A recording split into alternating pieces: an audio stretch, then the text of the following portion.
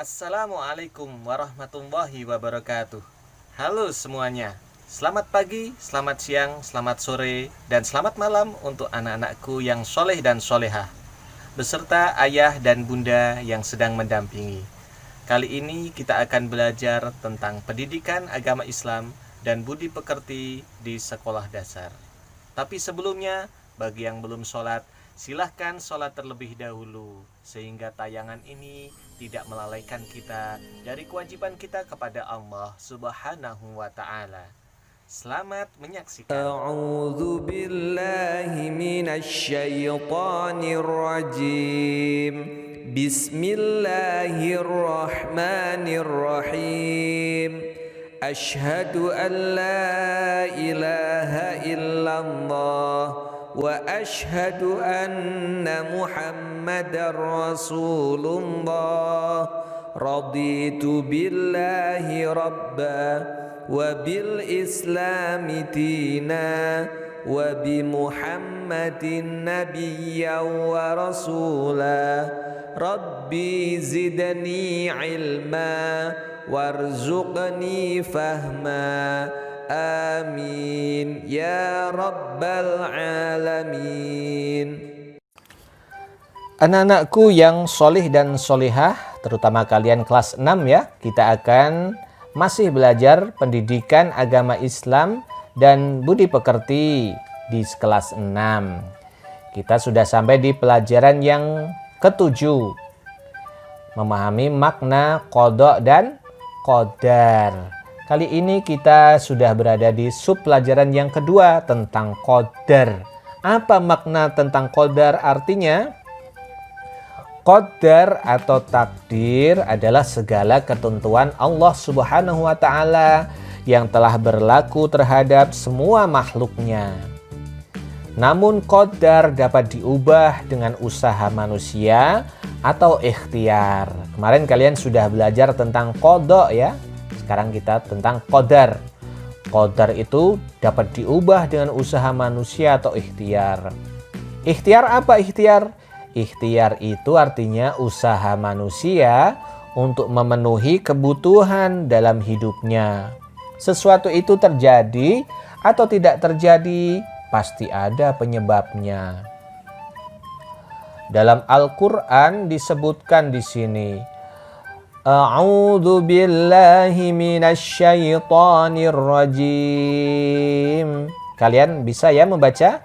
Kita bersama-sama membaca Al-Quran ini ya, ayat ini.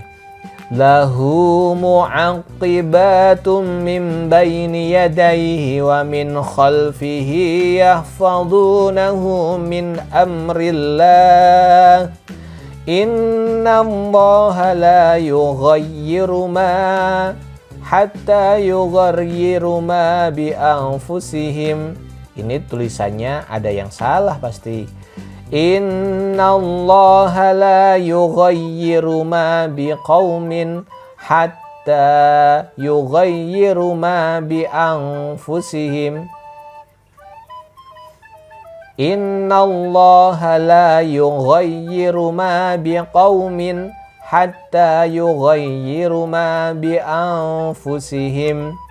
Wa idza aradallahu biqaumin su'an fala maraddalah wa ma lahum min dunihi min wal. Nah, shadaqallahul azim. Itulah ya surah dalam Al-Quran. Surah ke berapa ini?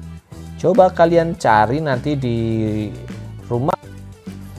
Inilah hebatnya Al-Quran. Ada salah sedikit saja, kita pasti tahu. Di baris yang kedua tuh ada yang kurang. Innallaha la yughayyiru, harusnya ma biqaumin, kurang qaumin. Makanya Al-Quran itu tidak bisa dipalsukan. Ada salah sedikit saja, langsung orang tahu kurangnya. Nah, ini surah Ar-Ra'du ya. Surah dalam Al-Quran namanya surah Ar-Ra'du ayat 11. Nanti kalian cari nih surah Ar-Ra'd ayat 11. Artinya apa? Baginya manusia ada malaikat-malaikat yang selalu menjaganya bergiliran dari depan dan belakangnya. Mereka menjaganya atas perintah Allah.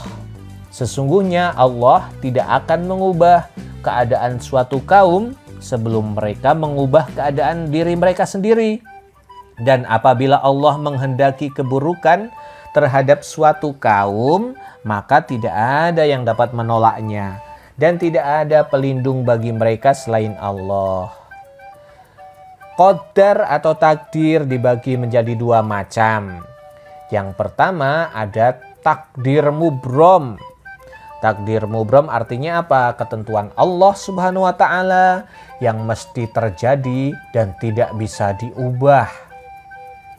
Contoh takdir mubrom apa? Kenyataan bahwa matahari hanya ada pada siang hari, sedangkan bulan dan bintang hanya ada pada malam hari.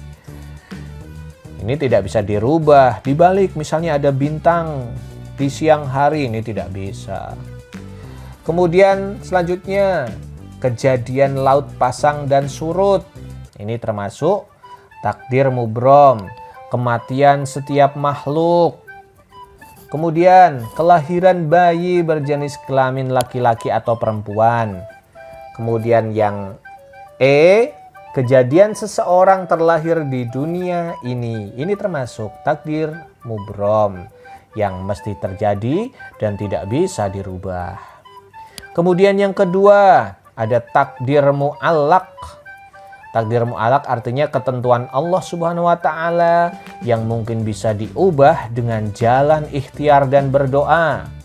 Contoh takdir mu'allaq apa? Orang yang bodoh dapat pandai.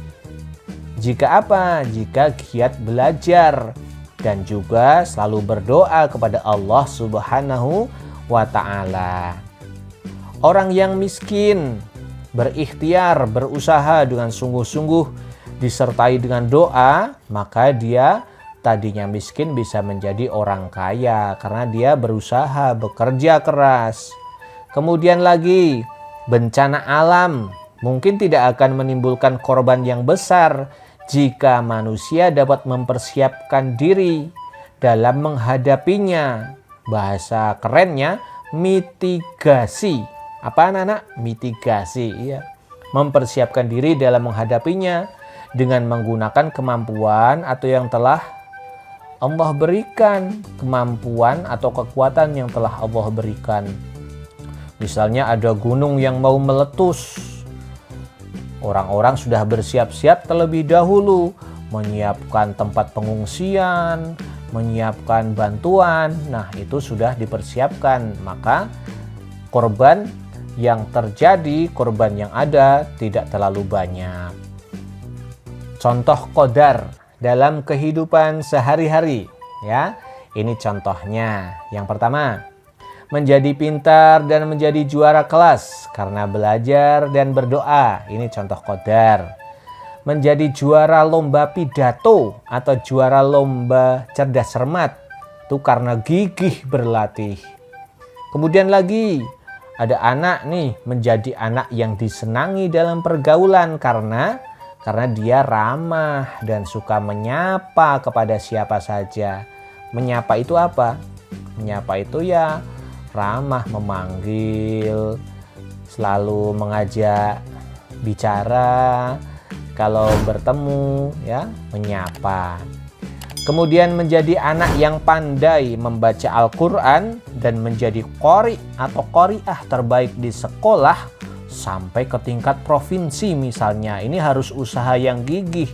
Dia selalu latihan terus, latihan yang tekun.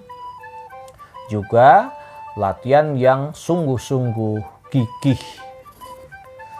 Kalau tadi contoh perbuatan qadar dalam kehidupan sehari-hari, maka sekarang hikmahnya apa kita percaya kepada qadar Allah, ketentuan Allah. Seseorang yang beriman kepada qadar akan bersikap dan berperilaku antara lain Menyadari bahwa semua cita-cita yang diinginkan harus diusahakan. Yang kedua, memiliki rasa percaya diri dalam menghadapi tugas. Misalnya, mengerjakan PR sendiri dan lain sebagainya. Yang ketiga, apa hikmahnya? Giat dan disiplin dalam belajar. Misalnya sebelum berangkat tidur harus belajar terlebih dahulu. Kemudian lagi, apa lagi? Nah, itu ya. Itu misalnya kalau anak yang ingin pintar maka pasti belajar. Itu contoh hikmah beriman kepada qadar. Tidak kemudian putus asa. Ya sudahlah, karena sudah ditentukan oleh Allah. Tidak. Apa tadi yang bisa dirubah? Ayo. Qadar Allah, takdir Allah kan ada dua. Ada takdir mubrom yang mesti terjadi dan tidak bisa diubah. Dan ada takdir mu'alak yang mungkin bisa diubah dengan jalan ikhtiar, berusaha dan berdoa. Baik, apa rangkumannya? Kalian belajar tentang qada dan qadar. Yang pertama, qada adalah keputusan atau ketetapan Allah terhadap makhluknya yang tidak dapat diubah-ubah. Sedangkan qadar adalah ketentuan Allah yang telah berlaku terhadap semua makhluknya. Tapi ada yang bisa dirubah. Dengan cara bagaimana? Dengan cara berikhtiar, berusaha dan berdoa. Beriman kepada qada menyebabkan kita terdorong berusaha dan menerima hasil usaha dengan lapang dada. Beriman kepada qadar menyebabkan kita berperilaku percaya diri, sportif atau mengakui kelebihan orang lain yang berusaha atau berikhtiar. Kalau ada temannya yang mendapat juara, maka sikap kita bagaimana? Sikap kita ikut senang, ikut bangga temannya mendapat juara. Jangan sampai malah kita sedih ada temannya juara. Demikian ya anak-anak memahami qadar pada pertemuan kali ini. Mudah-mudahan bermanfaat.